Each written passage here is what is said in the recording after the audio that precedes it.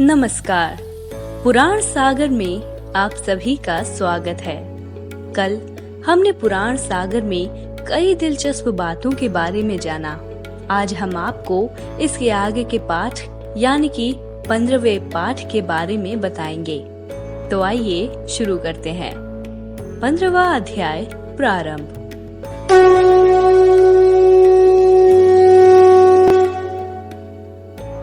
ऋषिगण बोले, हे सूत जी, अब आप देश, काल आदि का वर्णन करें। सूत जी ने कहा, हे महर्षियों, देव यज्ञ अपने ही घर में किया जाता है और गौशाला का स्थान घर से भी 10 गुना फल देता है। जलाशय का तट उससे भी 10 गुना महत्व रखता है और जहाँ बेल, तुलसी और पीपल का पेड़ पास में हो, वो स्थान तो जलाशय से भी 10 गुना ज्यादा फल देता है। इसके बाद सूत जी बाकी नदियों के तटों का महत्व बताते हैं और आखिर में कहते हैं, सबसे अधिक महत्व का वो स्थान जानना चाहिए जहाँ मनुष्य का मन लग जाए। सतयुग में यज्ञ, दान आदि कर्म पूरा फल देने वाले होते हैं, लेकिन त्रेता युग में उसका 3/4 फल ही मिल पाता है। द्वापर में सदा आधे फल की ही प्राप्ति कही गई है, वहीं कलयुग में सिर्फ 1/4 ही फल की प्राप्ति होती है। हे विद्वान ब्राह्मणों, सूर्य संक्रांति के दिन किया हुआ अच्छा काम तो 10 गुना भी फल देता है। उससे भी 10 गुना अधिक महत्व उस कर्म का है जो कि विशुभ नामक योग में किया जाता है।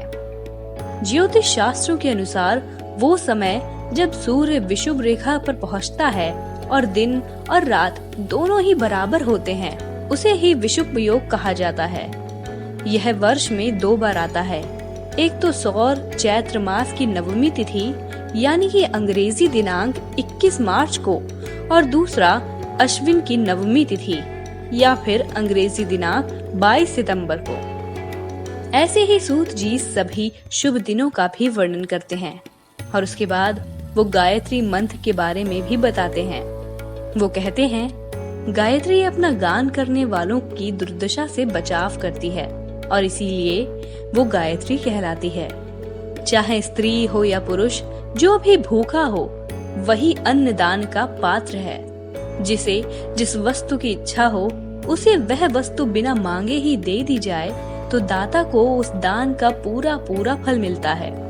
जो याचना करने के बाद दिया गया हो यानी कि जो कि मांगने के बाद दिया गया हो, वो दान आधा ही फल देता है। इसके बाद सूत जी ने खुद ही सभी दानों के बारे में बताया और साथ ही उसके फल के बारे में भी बताया। वो ये भी बताते हैं कि किस दिन किस प्रकार का दान करने से आपको मनोवांछित फल मिल जाएगा। गौ आदि 12 वस्तुओं का चैत्र और आदि 12 महीनों में ही दान करना चाहिए या फिर किसी पुण्य काल में इन सभी चीजों को एकत्रित करके अपने मन की इच्छा की प्राप्ति के लिए इनका दान करना चाहिए। गौ, भूमि, तिल, सुवर्ण, घी, वस्त्र, धान्य, गुड़, चांदी, नमक, कोहड़ा और कन्या, ये ही वो 12 वस्तुएं हैं जिनका दान कहा गया है। जो गरीब है, जिसके पास सभी वस्तुओं का अभाव है यानी कि जिसके पास कोई भी वस्तु नहीं है, वो अपनी वाणी और कर्म यानी शरीर द्वारा ही यज्ञ कर सकता है। यहाँ पर 15वां अध्याय भी समाप्त हो जाता है और अब हम 16वें अध्याय की ओर प्रस्थान करेंगे।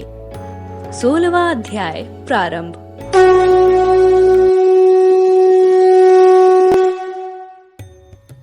ऋषिगण बोले, हे साधु, अब आप पार्थिव यानी कि पृथ्वी से उत्पन्न हुए पदार्थ से बनी प्रतिमा की पूजा का विधान बताइए।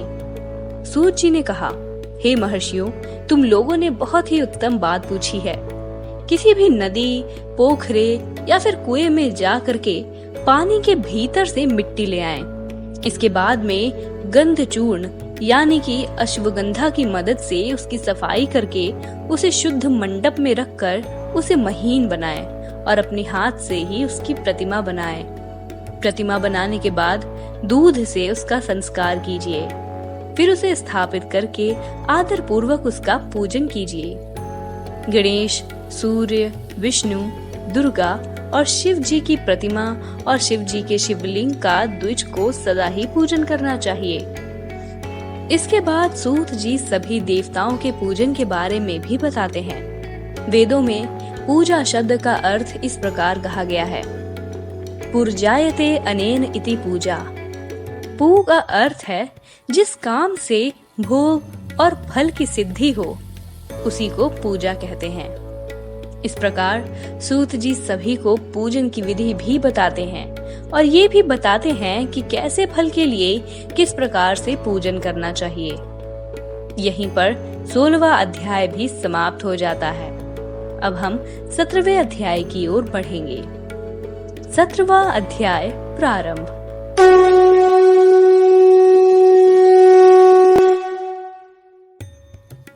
इस अध्याय में सभी ऋषिगण सूत जी से प्रणव मंत्र के बारे में पूछते हैं। प्रणव मंत्र यानी कि ओमकार का मंत्र। इसके लिए सूत जी कहते हैं, ओमकार अपने जप करने वाले साधकों से हमेशा ही ये कहता है, प्र से प्रपंच, ना से नहीं है, व से तुम लोगों के लिए, अर्थात प्रपंच नहीं है तुम लोगों के लिए। अतः इसी भाव को लेकर भी ज्ञानी पुरुष ओम को प्रणव नाम से जानते हैं। प्रणव मंत्र के लिए ये भी कहा गया है, प्र से प्रकर्षण, न से नयेत, व से युष्मान मोक्ष, अर्थात प्रकर्षण नयेत युष्मान मोक्ष इति वा प्रणवा, अर्थात ये तुम सब उपासकों को बलपूर्वक मोक्ष तक पहुंचा देगा और सदैव ही सुखी रखेगा। प्रणव मंत्र के 2 भेद बताए गए हैं, पहला स्थूल और दूसरा सूक्ष्म। एक अक्षर जो ओम है उसे सूक्ष्म प्रणव कहते हैं और इसके बाद नमः शिवाय, इस 5 अक्षर वाले मंत्र को स्थूल प्रणव समझना चाहिए। इसके बाद सूत जी सभी को इस बारे में बताते हैं कि कितनी बार ओम नमः शिवाय का जप करने से कैसा कैसा फल मिलता है। वो बताते हैं कि क्रिया, तप और जप से शिव योगी 3 प्रकार के माने गए हैं।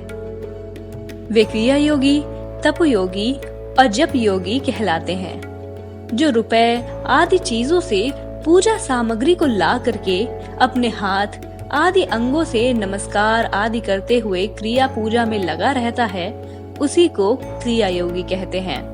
पूजा में अपना मन लगाकर जो सीमित भोजन करता हुआ अपनी सभी इंद्रियों को जीतकर उन्हें वश में किए रहता है और मन को भी वश में करके अपने द्रोह, गुस्से आदि भावनाओं से दूर रहता है, वही तपोयोगी कहलाता है। इन सभी अच्छे गुणों से युक्त होकर जो सदा ही शुद्ध भाव से रहता है और शांत दिमाग से लगातार जप किया करता है, उसे महात्मा पुरुष जप योगी मानते हैं। भगवान शिव का निरंतर चिंतन करते हुए पंचाक्षर मंत्र का 5 लाख बार जप करना चाहिए। जप करते हुए इस प्रकार से ध्यान करना चाहिए, सोचना चाहिए कि भगवान शिव कमल के आसन पर विराजमान हैं और उनका मस्तक श्री गंगा जी तथा चंद्रमा की कला से सुशोभित है। उनकी बाईं जांघ पर आदिशक्ति उमा देवी बैठी हुई हैं और वहां खड़े हुए बड़े बड़े गण भगवान शिव की शोभा बढ़ा रहे हैं। महादेव जी अपने 4 हाथों में से एक में मृग मुद्रा धारण किए हुए हैं, एक में वर देते हुए और अभय की मुद्राएं धारण किए हैं। जो अपनी किसी भी कामना को पूरा करना चाहता है, उसे चाहिए कि वो हमेशा ही नमः को आदि या फिर अंत में लगाकर शिव मंत्र का हमेशा ही जप करता रहे, जैसे ओम नमः शिवाय या फिर ओम शिवाय नमः। यहाँ पर सूत जी सभी को पूजा की विधियां बताकर अपने 17वें अध्याय को भी समाप्त करते हैं। तो आज के लिए हम अपने शब्दों को भी यहीं पर विराम देते हैं। अब हम आगे इसके बारे में कल जानेंगे। तब तक के लिए नमस्कार।